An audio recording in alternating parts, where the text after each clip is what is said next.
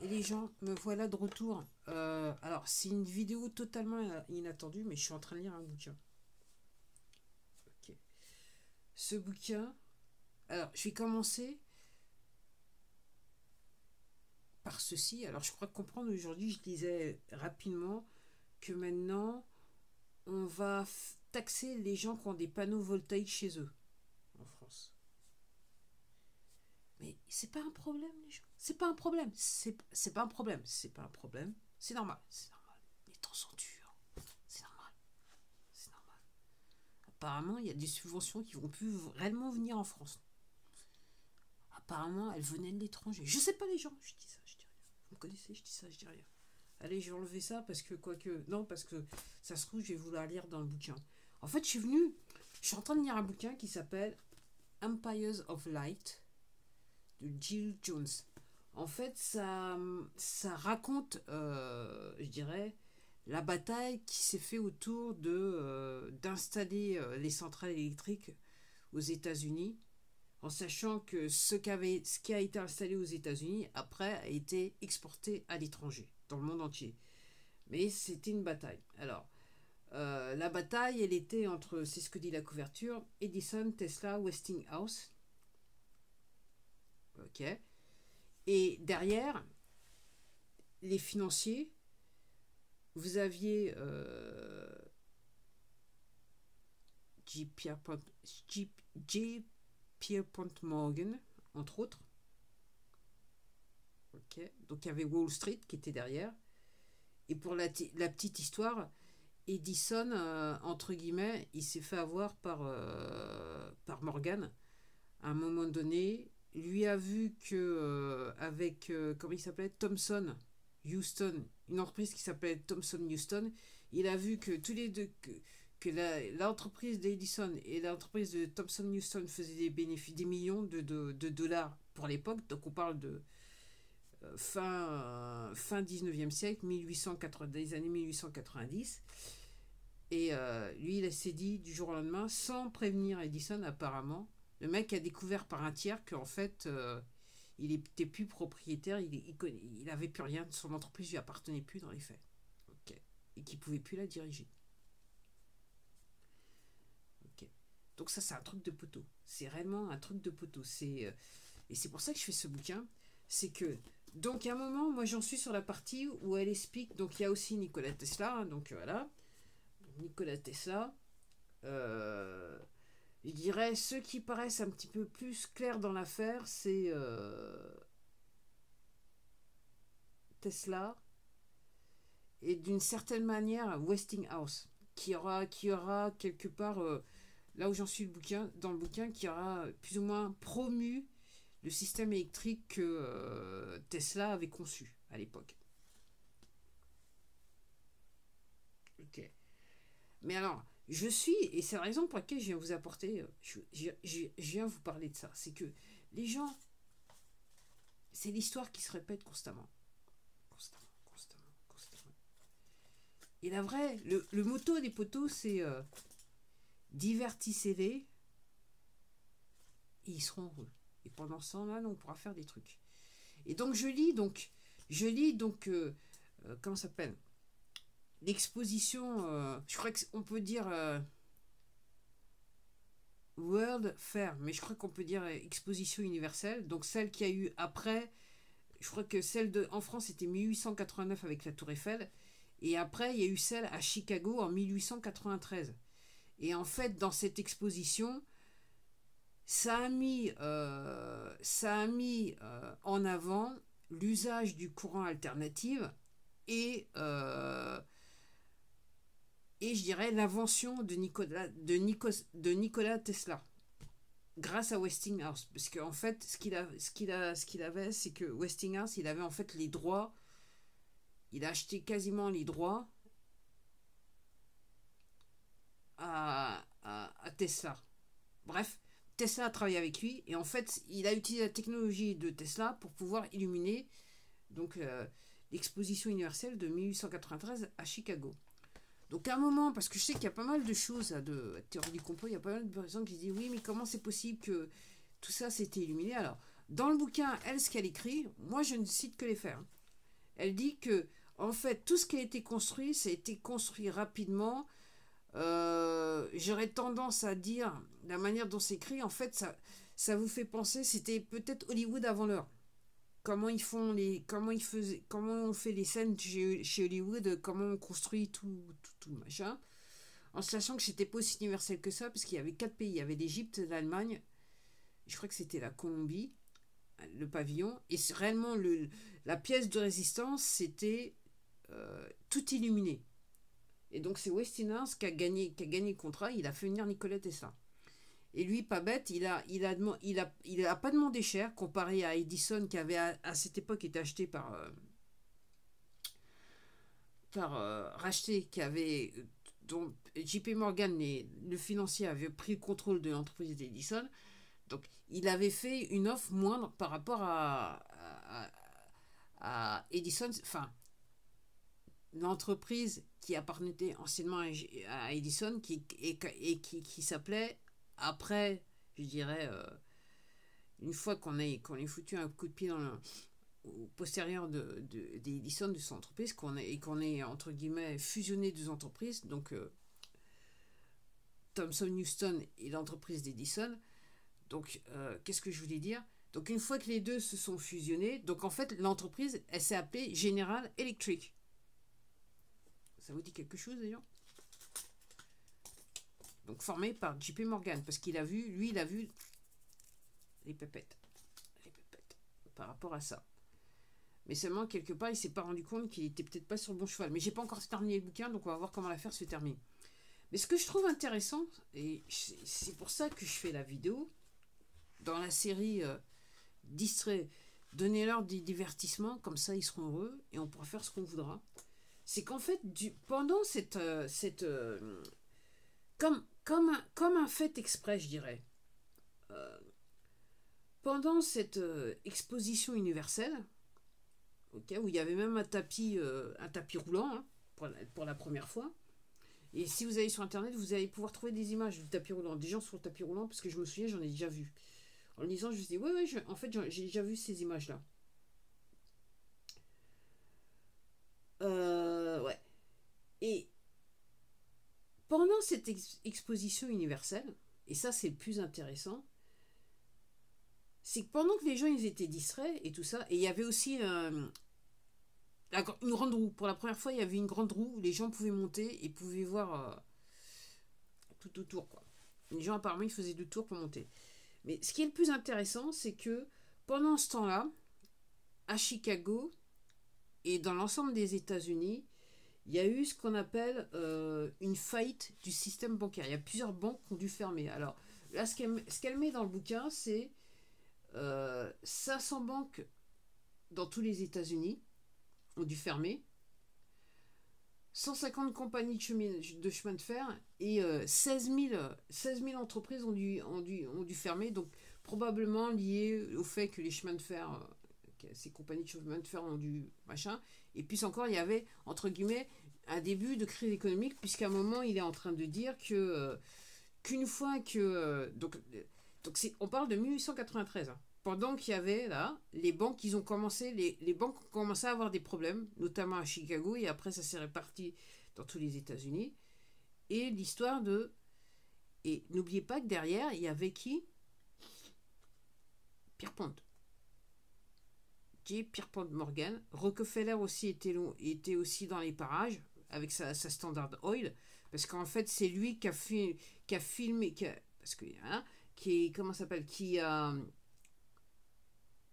Ouais, c'est bien Rockefeller. C'est lui qui a donné pendant l'exposition universelle, pour que les machines puissent fonctionner pour produire de l'électricité. En fait, ils avaient décidé d'utiliser du pétrole, Standard Oil.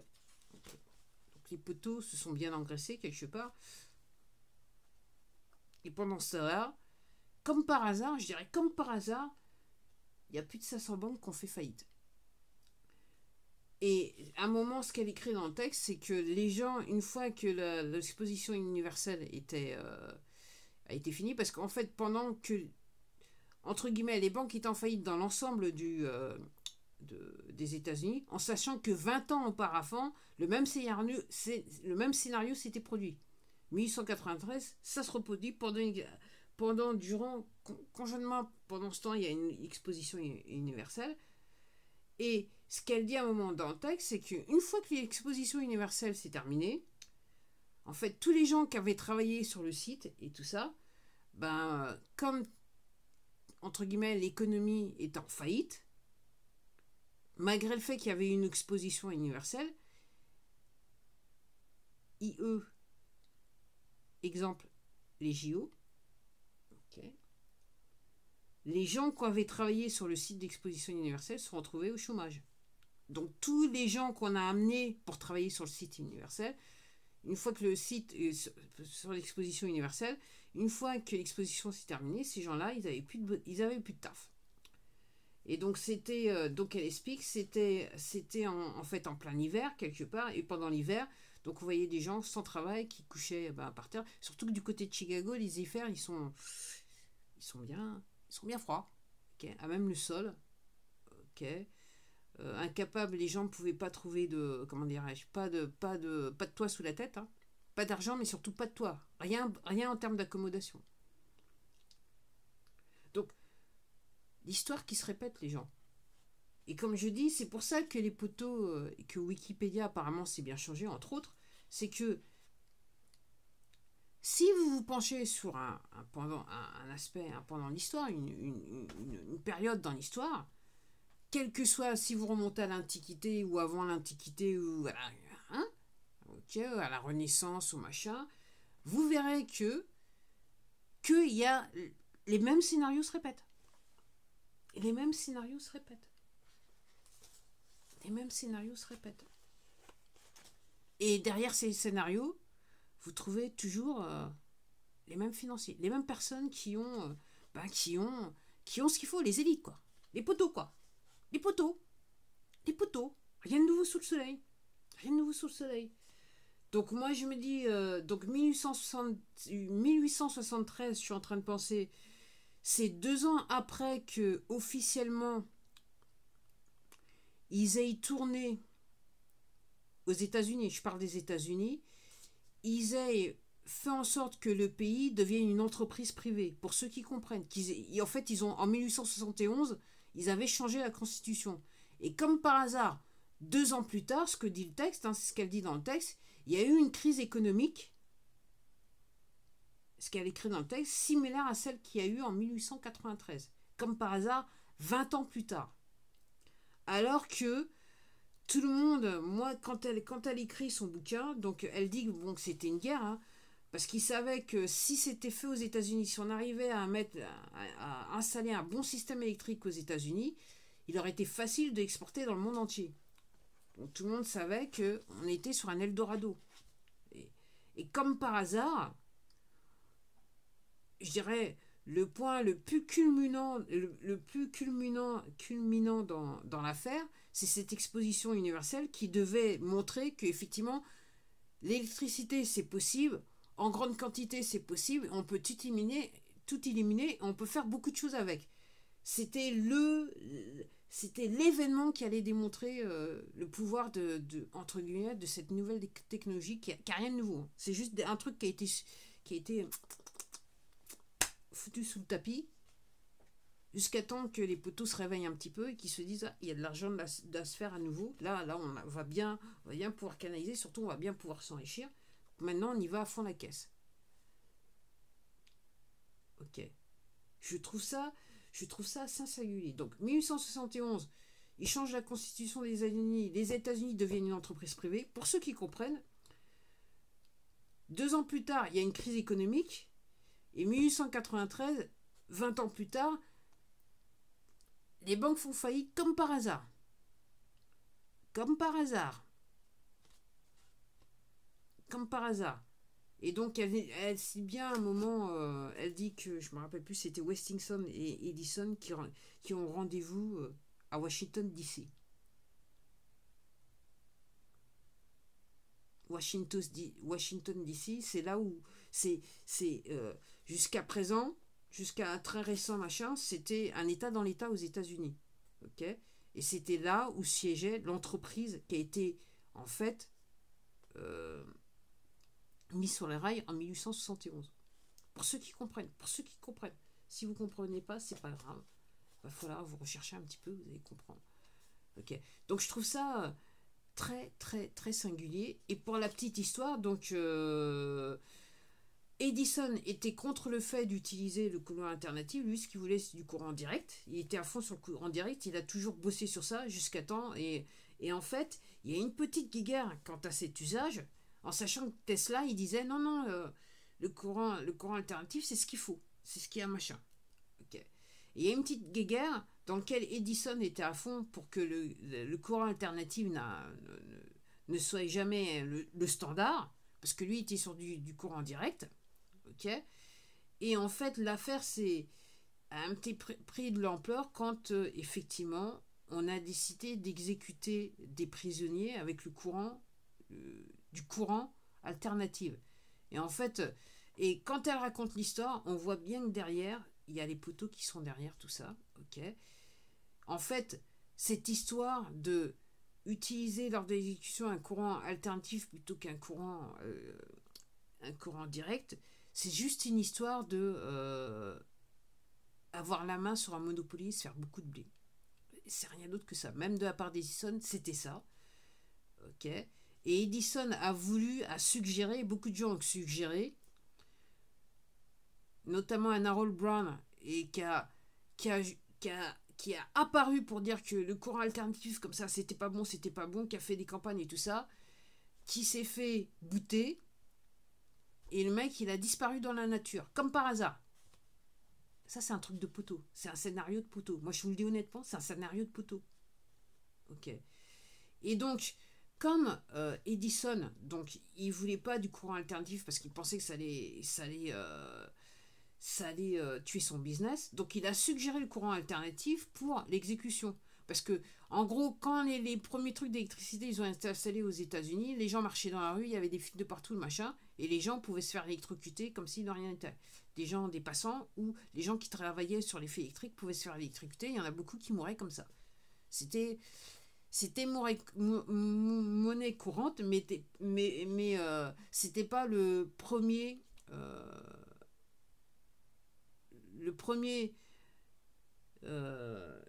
type de mort subite dans les stats aux États-Unis, mais il y en avait. Et donc Edison, grâce à un homme de paille, a suggéré le courant alternatif pour qu'il soit utilisé lors des exécutions d'un prisonnier.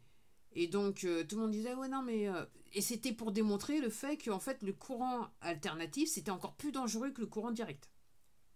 Ok.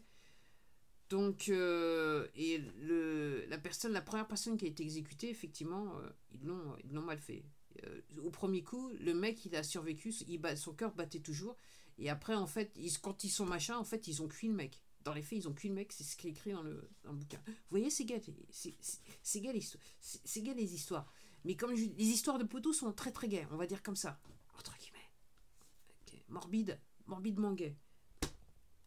Ok. Et comme je dis, c'est l'histoire qui se répète. Donc moi je me dis, donc voilà, 1893, ok, comme par hasard, toutes ces banques, elles font faillite, alors que la plus grande, je dirais,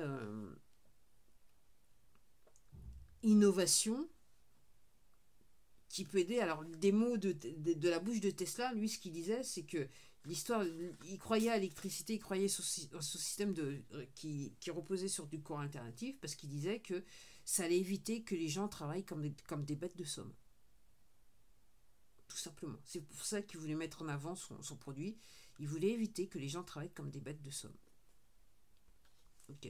Après, il y arrivait un tas de trucs à Tesla. Je ne sais pas si elle va en parler dans le bouquin. Je suis quasiment à la fin. Mais je trouve ça très intéressant. Donc voilà, c'était tout pour moi. Tout ça pour vous dire, les gens, que l'histoire se répète. Mais il faut prendre le temps de se renseigner, de faire des recherches, de lire un peu. Et au bout d'un moment, vous comprendrez que quand on va vous raconter des choses, notamment dans les médias, vous allez dire oui, mais ça c'est un scénario qui est plutôt du genre connu, du genre. Bon, maintenant il faut que je cherche le titre de cette vidéo. À la prochaine.